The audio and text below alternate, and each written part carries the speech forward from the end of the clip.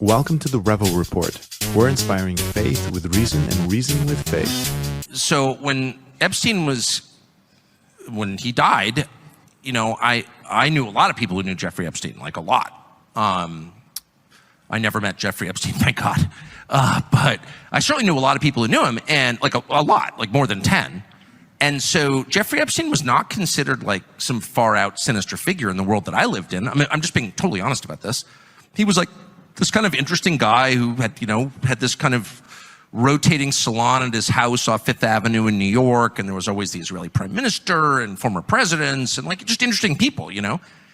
And I did not understand what that was about at all. And so when he died, I was like, oh, poor guy, he killed himself in prison. And then I got a call from his brother, just randomly.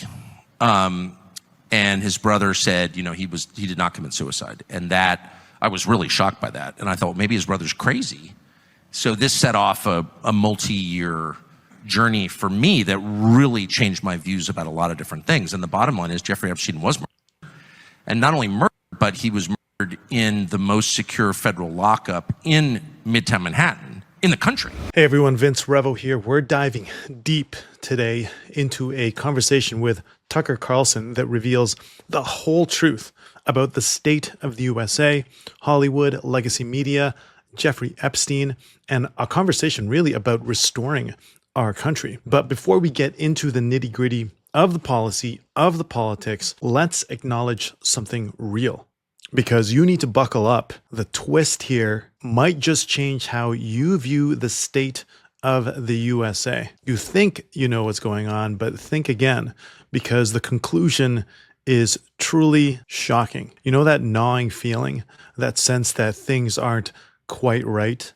But maybe it's the constant division, the feelings that we're being pulled apart at the seams, or perhaps it's the unease about where the world is headed, that instability that seems to be creeping in every corner. Well, whatever it is, you're not alone. You feel it, I feel it, and millions are grappling with the same questions. Now, you might be thinking, okay, well, it's just another video about what's wrong with the world. But hold on, because we're not just going to point fingers and complain.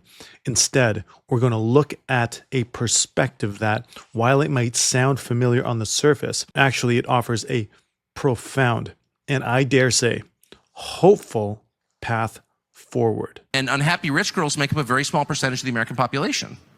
So everyone else voted for Trump. So, okay, now we can have a discussion about adult issues. Mm-hmm.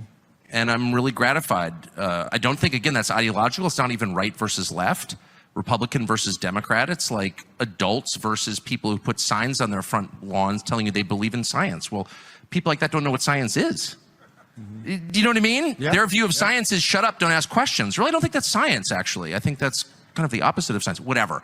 Those people lost. The people who live in Brookline and Bethesda and all the screechy people I deal with in airports, they lost. And I'm really glad.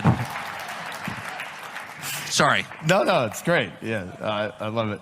So if you could advise America's leaders on restoring the country, what would you suggest focusing on politically or spiritual changes? Well, both those things. I mean, first of all, de-emphasize the race stuff. That's just total poison. Nobody talks about, like, in your life, you know, are you, when no one's around and you're just with your spouse, your college roommate, or your brother, or your closest friends, are you like mad about race? Probably not. Most people don't spend their lives thinking about race or other people's sex lives, for that matter. Mm-hmm. They just don't. And if our leaders encourage us to have yet another fake conversation about race, which is really just one person yelling at another person, that person having to take it, like that does nothing but divide the country and makes people hate each other, which is of course their goal. So stop with that. If you engender racial conflict in a population, it's very hard to make that go away. Most Americans do not want that at all. They don't see race first. It's just a fact. These are all facts. This is not a racist country. It's a really nice country. It's a country where people give directions to strangers and like take in stray dogs. It's just, people aren't racist actually. And so stop with that stuff. Restore the colorblind meritocracy that we were promised, that is the basis of America. Innovation comes when the most energetic, smartest people are allowed to do their thing. When entrepreneurs are allowed to be entrepreneurial and artists are allowed to create art and writers are allowed to write literature and Elon's allowed to build rockets, and it doesn't matter sort of what color they are, what gender they are. It just matters that they have the energy and the drive and the intelligence and the ability to organize sufficient to get that done. That's just true. And so, dismantle the state, the kind of, I hate to say it, but they're always calling Trump a Nazi. Really? Is he the one who said every person in America has to identify by race, by bloodline? That's sick. We rejected that actually in 1945, and we should reject it again. And unleash the best within each one of us. You built this monument to Martin Luther King on the Mall. Okay, let's follow its precepts. Let's judge each other by the content of our character, by what we do rather than how we were born. That is the promise of America. And that, we spend all this time taking care of gearing our education system to the people who learn the slowest. Maybe we should spend a little bit of time helping the people who learn the quickest. It can't just be making every school dumber. What about the smart kids who want to learn and want to create? They should be allowed to do that too. Just back off and let people do their thing, and you will create an incredibly beautiful country, and stop encouraging them to hate each other. So those are kind of vibe shifts. These are not specific policies.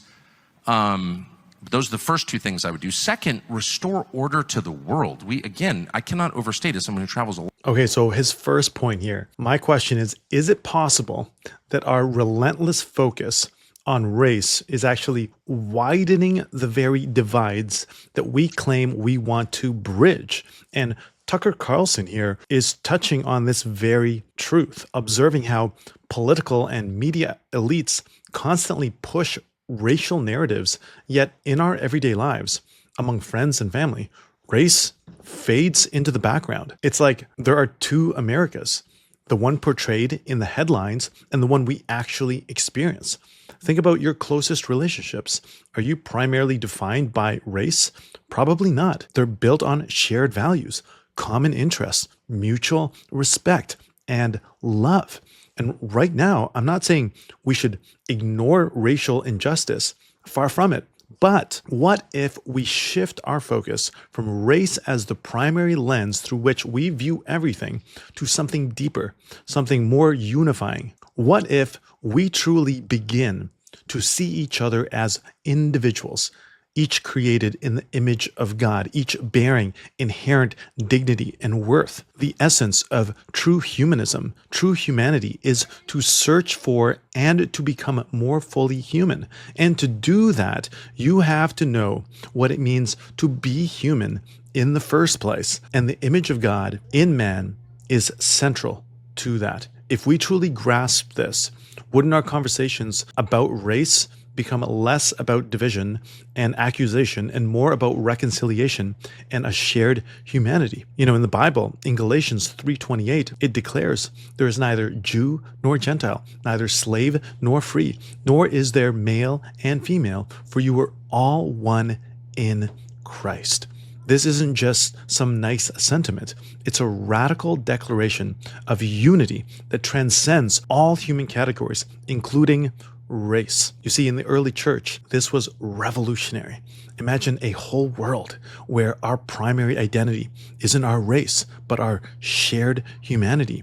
And for believers, our identity in Christ. This isn't about ignoring differences. It's about recognizing the deeper, more profound unity that has the power to heal, to restore. It's about moving beyond the superficial and embracing the essence of who we are as human beings, loved by God, created by God, called to love one another. Is this a step towards unity, or are we missing something crucial here? Let's move into his next point, which is so true. A lot internationally, how close to nuclear conflict the United States has been for the past 3 years, almost 3 years come February, like on the precipice of it. And because our media don't report this, I think most Americans don't really have a sense of it. But we are truly on the edge of ending human life globally. It's crazy. Nothing as crazy has ever happened,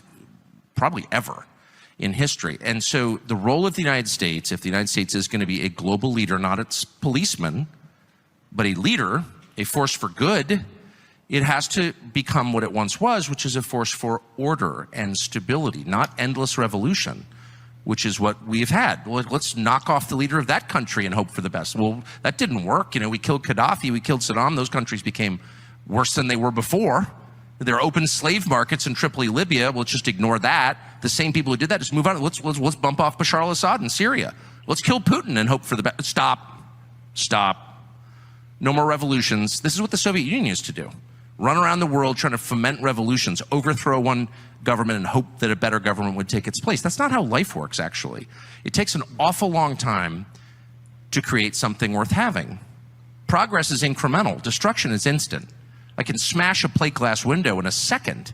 Try to make one. Do you know how a plate glass window is made?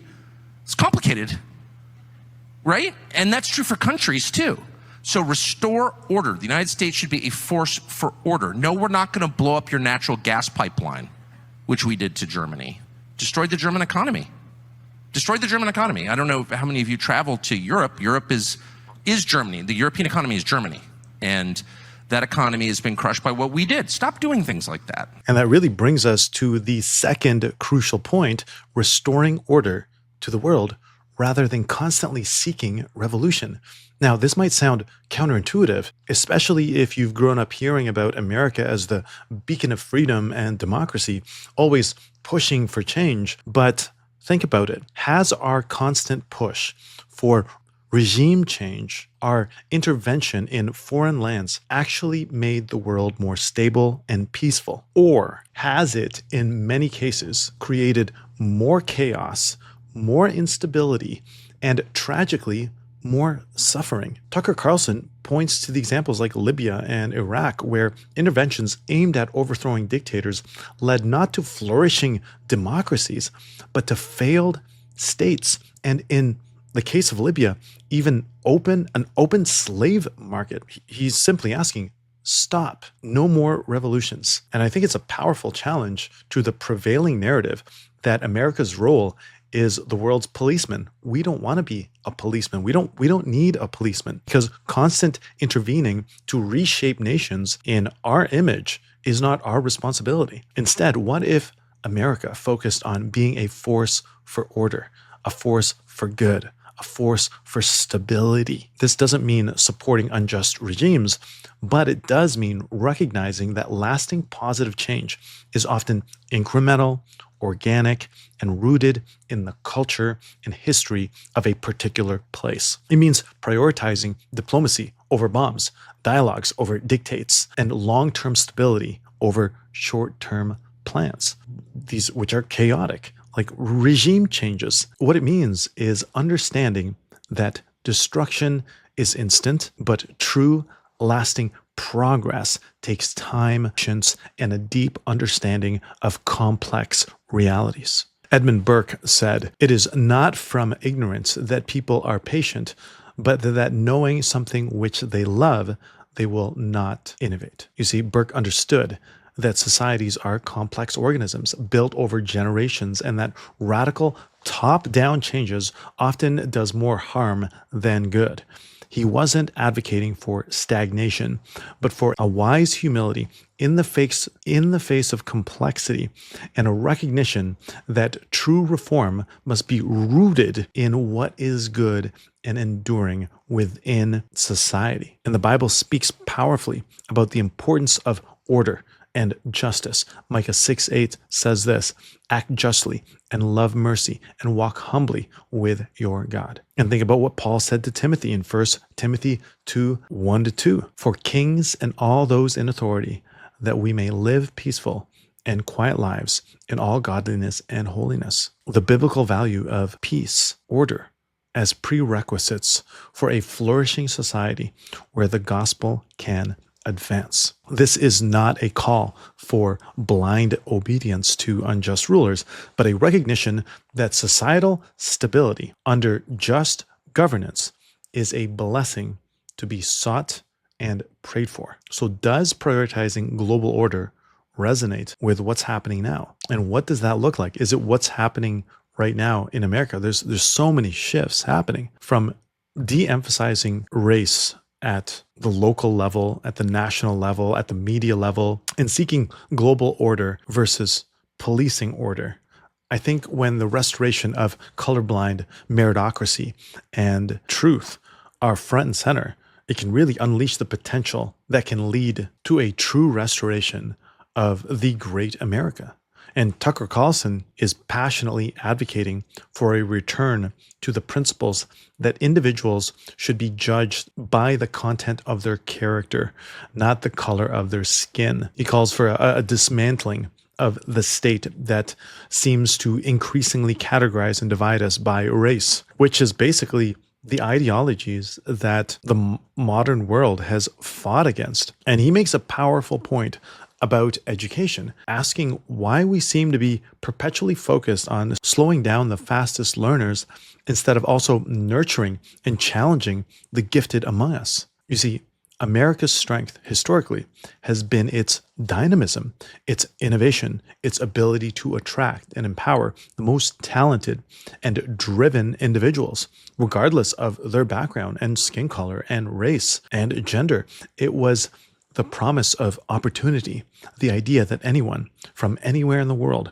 could rise to their potential through hard work, through talent, that made America a beacon of hope for the entire world. Many people's dreams are to go to America. But what if we have drifted from this ideal? Have we created systems that, in the name of equity, actually stifled excellence and discouraged individual initiative? You know, Stephen C. Mayer in his work on intelligent design highlights really the incredible complexity and fine-tuning of the universe, all the way down to our biology, all the way down to our DNA. And he says the information necessary to produce biological novelty is reducible to physics and chemistry.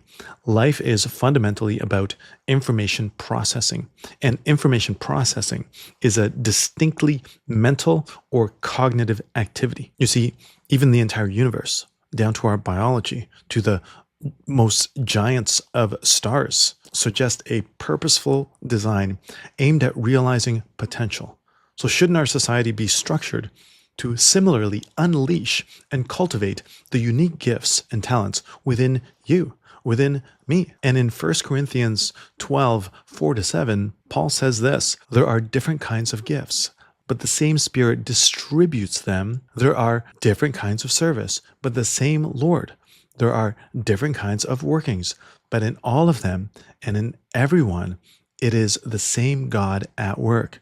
Now, to each one, the manifestation of the Spirit is given for the common good. You see, even relating to societal structure, this is obviously for church structure, but when it comes to society, the emphasis is that each individual is uniquely gifted and that these gifts are meant to be used for the benefit of all. It's not about everyone being the same or achieving the same outcomes, but about recognizing and cultivating the unique potential within each person and creating a society where those gifts can flourish and contribute to the common good. I mean, isn't this true meritocracy in its most profound sense? A society that recognizes, values, and unleashes the diverse talents of all its members for the betterment of everyone. I think if we see a de-emphasis on race, a restoration of global order, and a rebuilding of colorblind meritocracy, these three powerful shifts in perspective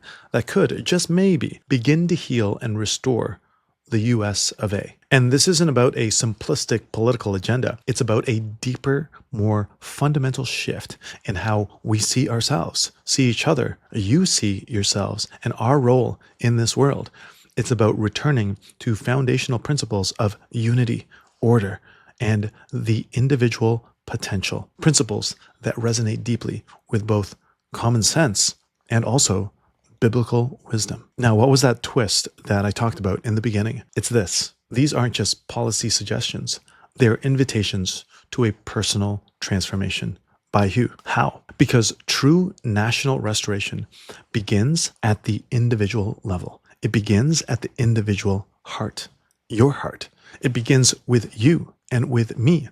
choosing to see beyond superficial divisions, to embrace our shared humanity, to seek peace and order in our own spheres of influence, and to cultivate the gifts God has given us for the benefit of others. And so what can we do? Reflect on these ideas, engage in constructive conversations, and most importantly, ask God for wisdom and guidance as you seek to live out these principles in your own life. Jeremiah 29:11 says, "For I know the plans I have for you, declares the Lord, plans to prosper you and not to harm you, plans to give you hope and a future."